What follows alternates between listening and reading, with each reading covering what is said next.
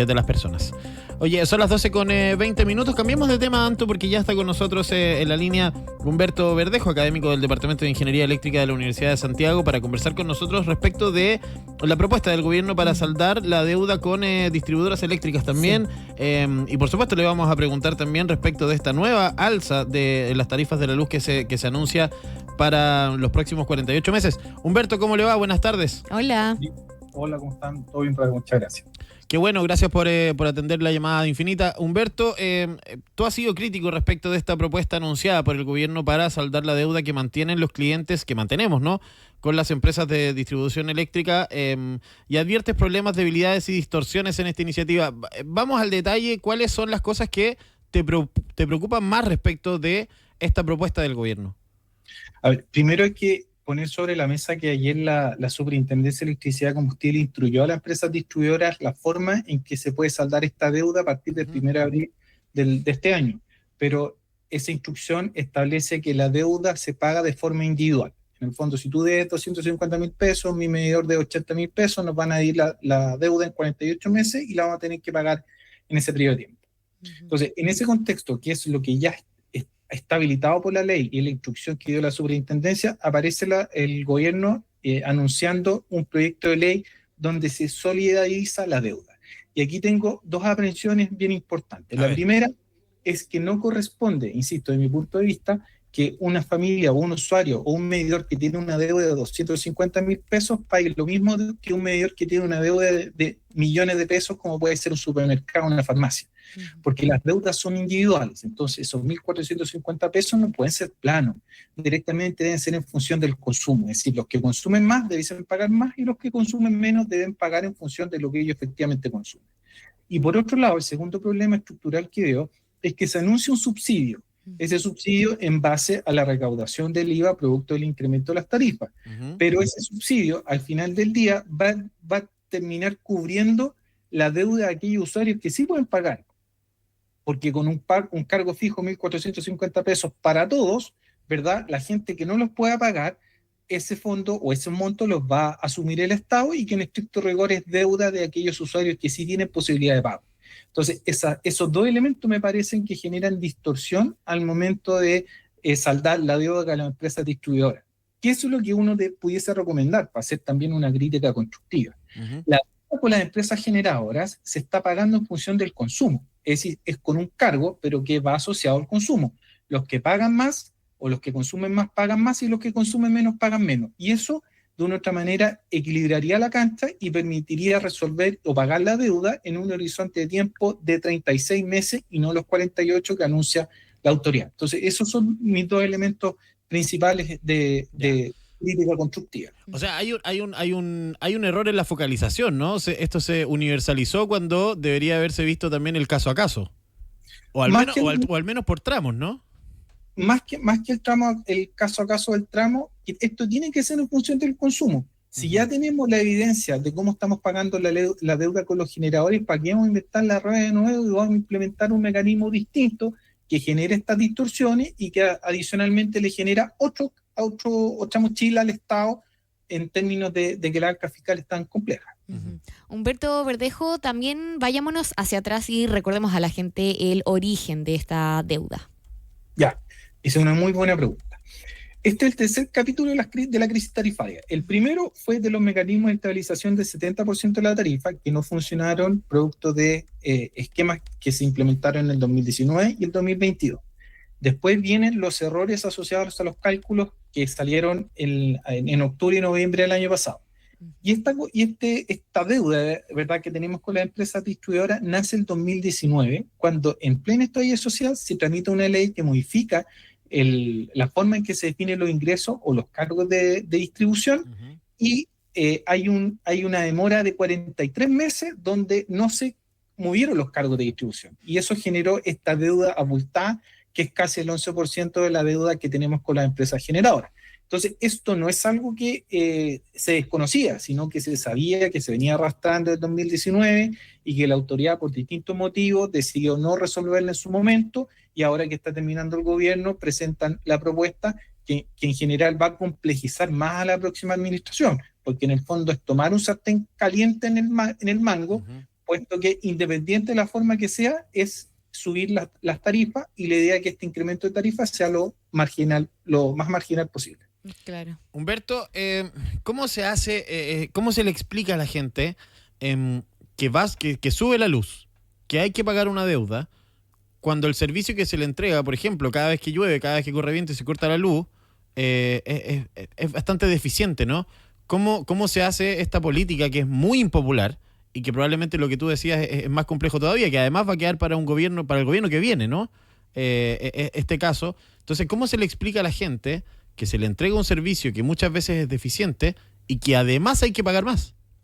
Es que es el problema de fondo. La cara del sector eléctrico frente al usuario son las empresas distribuidoras. Los mecanismos de estabilización que no funcionaron, los errores de transmisión y los errores de generación, no tienen que ver con la empresa distribuidora, tienen que ver con el segmento del 70 y el 10%. Entonces, al final del día, como tú bien planteas, llueve un poco, se corta la luz.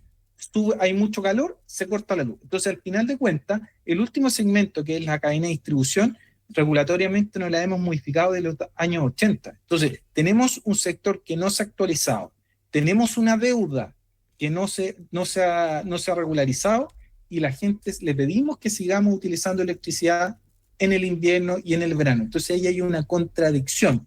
Y nuevamente, el Estado, para no hablar de gobierno, no ha sido lo suficientemente claro con la ciudadanía y explicarle por qué se producen estas deudas y por qué, de una u otra manera, desafortunadamente, el usuario se tiene que hacer cargo cuando las políticas públicas no funcionan. Uh-huh.